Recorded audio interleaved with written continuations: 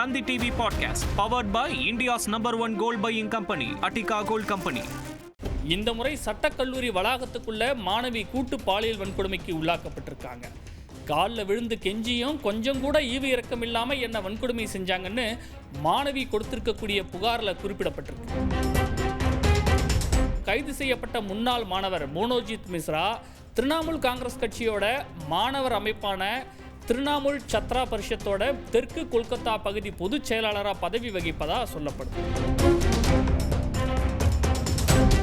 அரசின் சட்டக்கல்லூரி யாருடைய கட்டுப்பாட்டில் இருக்குன்னு மாநில அரசு நோக்கி சரமரியா கேள்விகளை முன்வைக்குது பாஜக.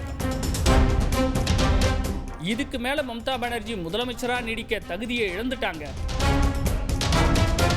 அவர் உடனடியாக பதவி விலகணும்னு சுவேந்து அதிகாரி வலியுறுத்தியிருக்கார். அபராஜிதா மசோதாவுக்கு ஒப்புதல் கொடுக்காம இருக்கிற மத்திய பாஜக அரசு தான் இது மாதிரியான சம்பவங்கள் நடக்க காரணம்னு பதிலடி கொடுத்திருக்கு டிஎம்சி. கைது செய்யப்பட்டவர்கள் திரிணாமுல் காங்கிரஸ் கட்சியோட முக்கிய தலைவர்களுக்கு நெருக்கமானவர்கள்னு சொல்லி பாஜக தொடர்ந்து சமூக வலைதளத்தில் அது தொடர்பான புகைப்படங்களை வெளியிட்டு வருவதனால மேற்கு வங்க அரசியலில் இந்த சம்பவம் இனி வரும் நாட்களில் பெரிய புயலை கிளப்பும்னு எதிர்பார்க்கப்படுது. டெல்லியில் 2012 ஓடும் பேருந்தில் மாணவி நிர்பயா மிக கொடூரமான முறையில் 5 பேர் கொண்ட கும்பலால் கூட்டு பாலியல் வன்கொடுமை செய்யப்பட்டு கொலை செய்யப்பட்டார்.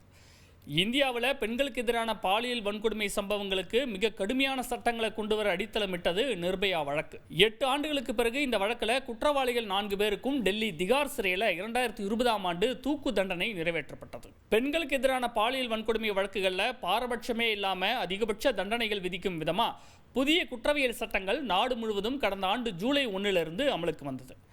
ஆனால் அதுக்கு அடுத்த மாதம், அதாவது 2024 ஆகஸ்ட்லேயே மேற்கு வங்க மாநிலம் கொல்கத்தாவில் ஆர்ஜிகர் அரசு மருத்துவக் கல்லூரி மருத்துவமனையில் பயிற்சி பெண் மருத்துவர் கூட்டு பாலியல் வன்கொடுமைக்கு உள்ளாக்கப்பட்டு கொடூரமான முறையில் கொலை செய்யப்பட்ட சம்பவம் நடந்தது.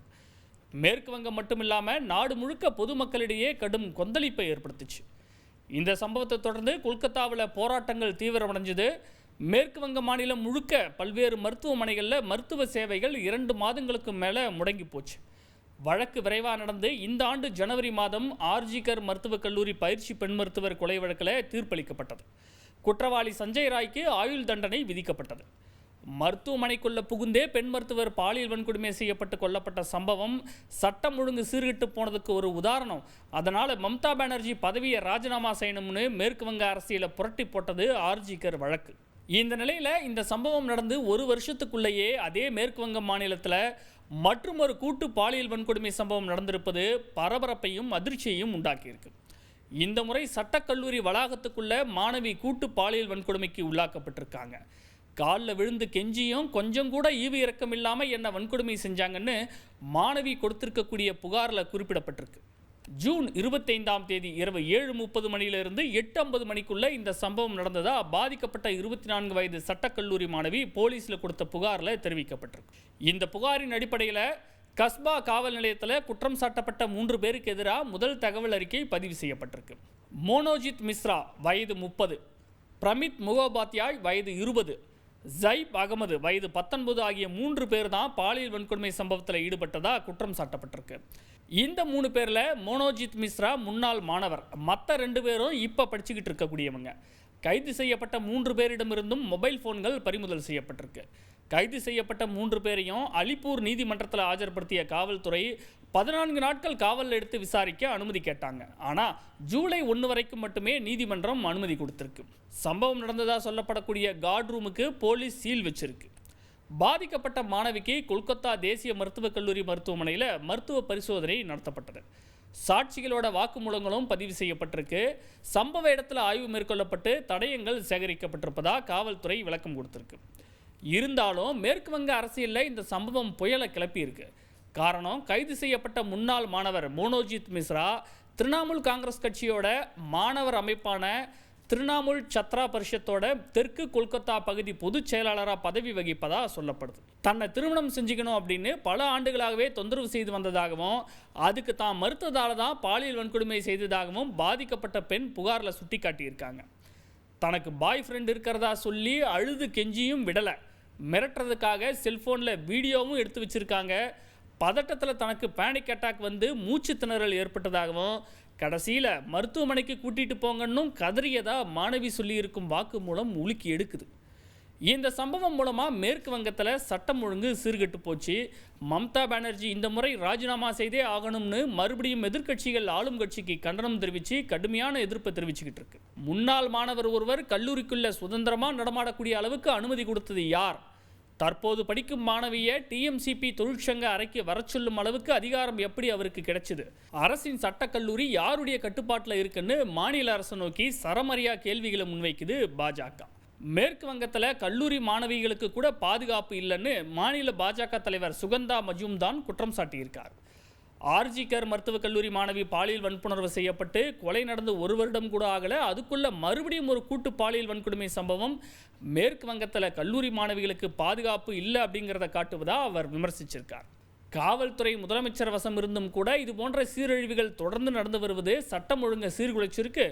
மம்தா பானர்ஜி முதலமைச்சர் நாற்காலியில் அமரக்கூட உரிமை இல்லை, உடனே அவர் தனது பதவியை ராஜினாமா செய்யணும்னு பாஜக தலைவர் காட்டமாக வலியுறுத்தியிருக்கார்.